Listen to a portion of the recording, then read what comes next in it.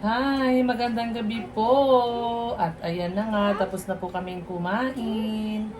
At kakain naman tayo ng rambutan, guys. Ang rambutan nga lang namin ay hindi pa hinog ang iba. Ano ba yan? Yung ano, nagbenta. Green pa oh. Kaya pinipili lang namin yung ano, hinog. Oh, put 1, 2, 3, 4, dirty, 4, 5, 1, 2, ganun, 3, 4. Hi ka muna sa kanila, hi. Hi ka sa kanila din. Hi ka muna sa kanila. Hi. Hi ka sa kanila, hi. Dirty? Anong dirty? Hi ka muna sa kanila. Dali. Hi. Dirty? Yan. At habang tayo kumakain ng rambutan.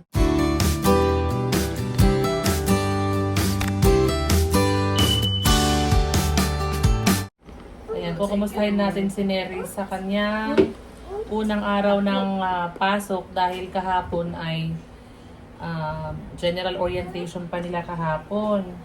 So ngayon, kukumustahin naman natin siya kung kumusta ang kanyang first day experience niya po sa college. Kasi ngayon talaga sila nag-start ng regular class. So kukumustahin naman natin si Ate Neri. Bilangin mo lang 1, 1, 2, dirty daw, dirty. Ayan. Ayan, sa Neri, kumusta yung unang araw experience ng bagong pasok sa college? Yung muntikan malate. Muntikan po malate kanina sa first period. Buti po at yun po na late yung teacher kasi daw po may meeting po sila, biglang meeting kanina. Kaya po, ayun, nakapasok pa rin. Nakapasok. Kasi nga po, Sit down. kasi di Ay, ka ba muna sa po, kanila. talaga, dapat on time ka po talaga. And then, manage mo po yung oras mo. Yan. So, on time Neri. So, agahan talaga ang gising. Hindi kasi yung gigising ka ng, isang oras bago ang alis. Dapat agahan talaga ang gising. Para may time pa talaga. This. Yun po, tapos, ayun na po, hindi ko po agad-agad na tawag nun, nalaman mga pangalan ng kaklase ko. Kasi po, hindi po kasi akala po kasi ng teacher na ng first period po ay magkakilala na po kami bawat isa. So, siya lang po nagpakilala. Pero nag-orientation lang naman po kami. And then, takot ko po. Oh, madirty ko po. Madirty daw po. Okay. Ayan, nawawala si Ate Neri sa kwento niya.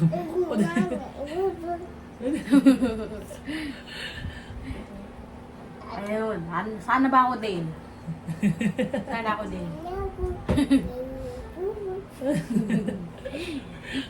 Ay, naku dahil. Tapos, Ayun po, sana ba ako din? Ayun, kaya siya lang po nagpakilala. Tapos, sa second,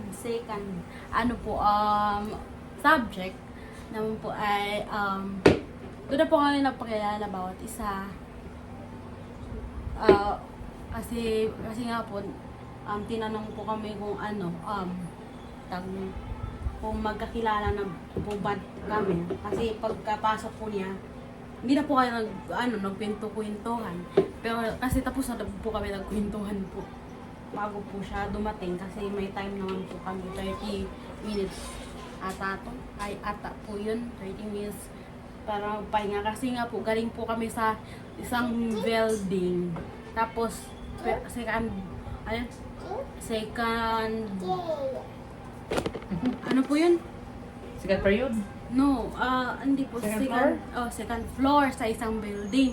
So, pupunta pa po ulit kami sa isang building. Tapos, aakyat po kami. Building?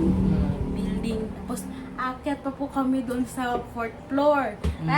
Kaya po yun, binigyan po kami ng time para po makapahinga kasi pawis na pawis. Aakyat po kasi akala po namin, late na po kami. Ganun, diba? Kasi dapat naman po talaga on time po. And then, kaya po binigyan po kayo ng time. Tapos, akala po siguro na hindi po, hindi po talaga namin kilala kasi andun nga po siya sa orientation po namin. Siya po yung host po namin. Host. Tama. Ayun po. Kaya, So kayo kilala nyo siya, pero kilala nyo na siya yung Opo. teacher nyo. ay, hindi po kasi hindi po nakalagay sa ano po namin. Sa schedule, yung pangalan niya. Pero kilala nyo mukha niya, ganon. Opo. Mm. Tapos, ayun, nagpakilala po kayo bawat isa. Mabilis lang naman po kasi ilan lang po kami. And then, orientation lang, yun lang po na. So ano ba yan, Dil? So hindi pa talaga kayo nag-umpisa ng klase mismo? Orientation lang po. Pati yung mga ibang subject mo, wala pa talaga. As in, Dalawa lang naman po yun, di ba? dalawa lang ba subject mo ngayon? Opo. Bukas po tatlo.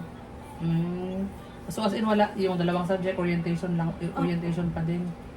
So hindi pa rin pala kayo nag-umpisa ng regular na class. Opo. O kasi ano siya guys, ang kanyang 4 hours sa isang subject. 4 hours ba? Opo, 4 hours. Ayan, 4 hours siya sa isang subject guys. Pero Kaya, 30 minutes naman po, bigay po yun sa amin for lunch and break time.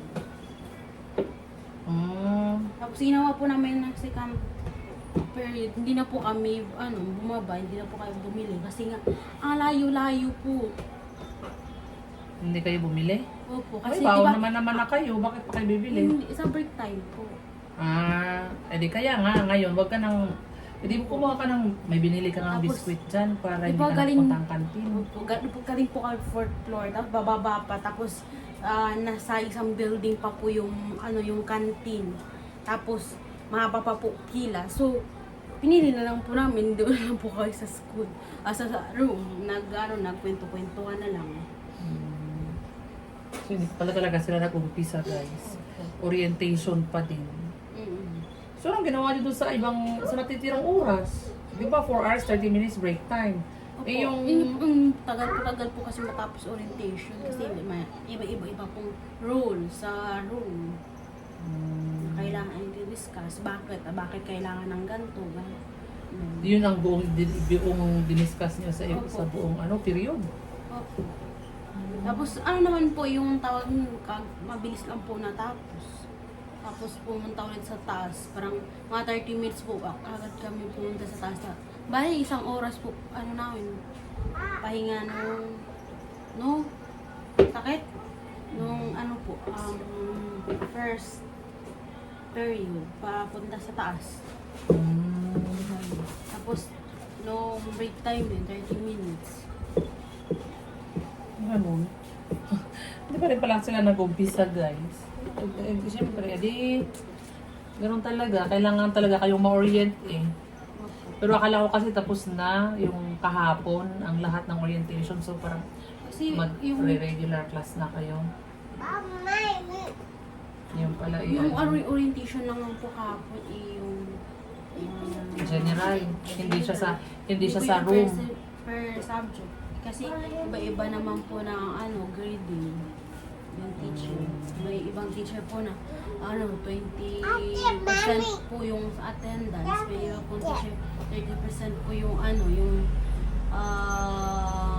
performance. Tapos yung may ibang di po tawag nun exam po yung 50%, may iba din po 25% po sa attendance. And then may yung sa performance ay 35. Tapos Kaya nga. iba So, po 40 yan? lang eh. Iba-iba po. Orientation sa bawat subject. Yun lang po. Tapos po yung mga rules, dapat kung ano po yung tawag ng magandang pag-ugali, bawal po yung mga ganon. don't and those. Ganun. Don't and dos. Don'ts. Dos and don'ts. Okay. Yun. Tapos may ano, kaya mahaba po kasi may mga nag-perform pa din po. Nag-perform lang. Yung mga club, tapos may ginawa po kami mga activity. Anong activity naman pinagawa sa inyo? Pumunta po kayo sa mga club, naglaro doon. Kasi tapos sila, tawag nun, nag-ready para po sa welcome parade. Tapos pumunta po kayo doon para yung gusto din pong sasali, maalam po, pwede po sila. Para magkaroon kayo ng idea kung gusto nyo sumali o hindi. Ayun. Anong pala yun? Okay. So wala pa rin pala silang ginawa, guys. Wala pa rin pala silang ginawa sa second day na no? Second day ng orientation. So, ayan. Ayan yung, akala ko may nag-start na sila para kumustahin naman natin. Kumusta ang first day ng regular class nila. So, pero bukas, start na talaga kayo? Hindi pa rin? Hindi ko naman po subject eh. Ayaw nga pala. Di orientation pa rin pala bukas. E di next week pa kayo mag-uumpisa pala ng Pero may na po kami kay atang pero kanina po sa first may groupings na po kami. Mag-present po kami next week. Groupings ano gagawin? Load po ng video. Movie. Tapos isagutin mo po yung session na question. But wala pa po sinisend.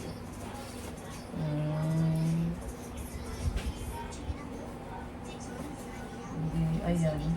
Ano yan, Dale, ginagawa mo? Put daw po yun. Put mo dyan. Oh, very good. Ay, parang kayo din pala sa akin. Tatakpan mo siya? Tatanggalin Ganyan mo. yung balat daw po. Takpan. Yay! I know pala. Ino-open daw po niya. Put lang. Put. Kuha ka pa doon ng put mo. Kuha ka ng put mo dito. Kuha ka doon. I know. Ay, ito. Yan lang pala. Kasi yung daw po kasi black masyado. Kaya yung daw puro pinili niya. Dirty daw. Hi ka na sa kanila. Babay ka sa kanila. Doon sa O, camera. ako na mababay. Ako na Camera, mababay. bye. Ipakita mo yung rambutan sa kanila. Pakita mo yung rambutan. Hi, babay ka na lang. Bye-bye. Bye-bye. Rambutan. Tan? Rambutan. Sabihin mo. Butan. Rambutan.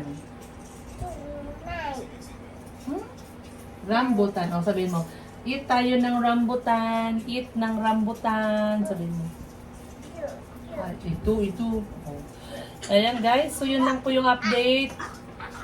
Ayan, in-update ko lang kayo kasi akala ko ma-update din ako tungkol sa kanilang wala pa pala. Nasa orientation pa rin pala sila guys.